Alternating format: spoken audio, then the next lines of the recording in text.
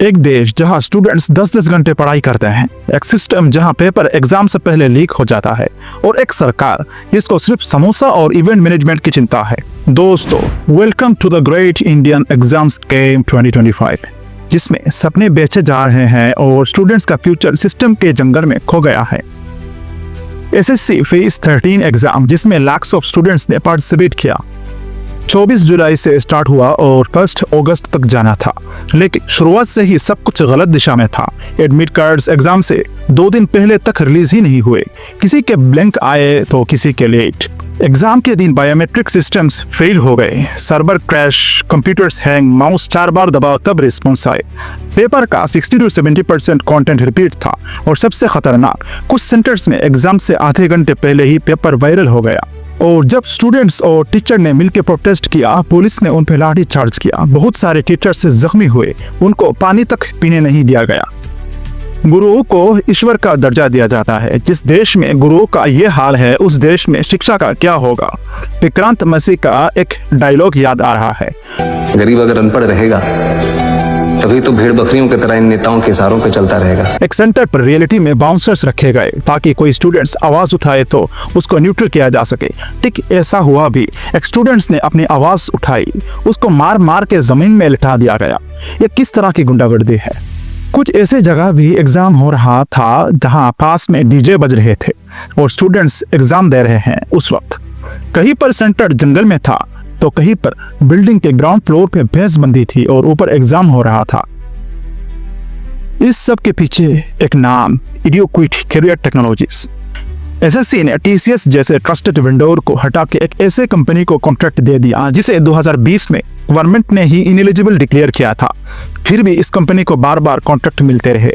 2022 Madhya Pradesh state paper leak, 2023 Patwari exam cheating, 2024 Maharashtra MBA CET irregularities, और अब SSC phase 13 total breakdown. सवाल यह है, जब एक कंपनी बार बार फेल हो रहा है तो उसे बार बार कॉन्ट्रैक्ट क्यों दिया जा रहा है।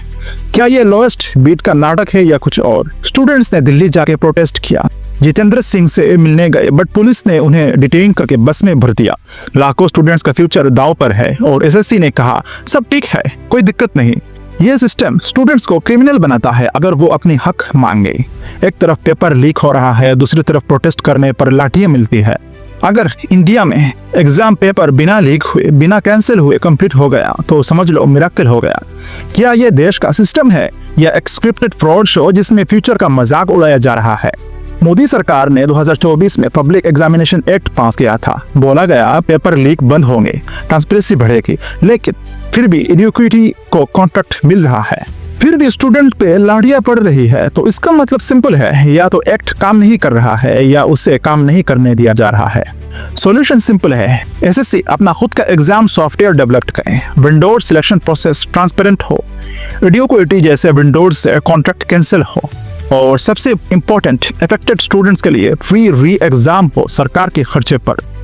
सरकार को समझना होगा, यह कोई राजनीतिक गेम नहीं है, यह करोड़ों स्टूडेंट्स का फ्यूचर है जो तुम्हारे एक डिसीजन से बन भी सकता है और बर्बाद भी। स्टूडेंट्स के लिए मेरा मैसेज सिंपल है, आपका गुस्सा जस्टिफाइड है, लेकिन सिस्टम के अगेंस्ट लड़ना है तो एक साथ लड़ना होगा। सिर्फ अपने लिए नहीं, दूसरों के लिए भी आवाज उठाओ। किसी भी कंटेंट क्रिएटर को सपोर्ट करो, लेकिन सिर्फ एंटरटेनमेंट के लिए नहीं, अवेयरनेस के लिए भी बोलो। अगर हम एक दूसरे के लिए नहीं लड़ेंगे तो सिस्टम हंसता रहेगा और हम रोते रहेंगे। क्या तुम रेडी हो सिस्टम से लड़ने के लिए? तो लड़ने के लिए पहला स्टेप यह है कि आप बगल में सब्सक्राइब का बटन है वो दबा दो। Because this fight is not just about a job, it is about justice. Video को लाइक करो, कमेंट में अपनी कहानी लिखो और आवाज उठाओ। अगर तुम्हें लगता है देश का एग्जाम सिस्टम टूट चुका है तो इस वीडियो को हर स्टूडेंट्स तक पहुंचाओ। This is not just a video, it is a movement.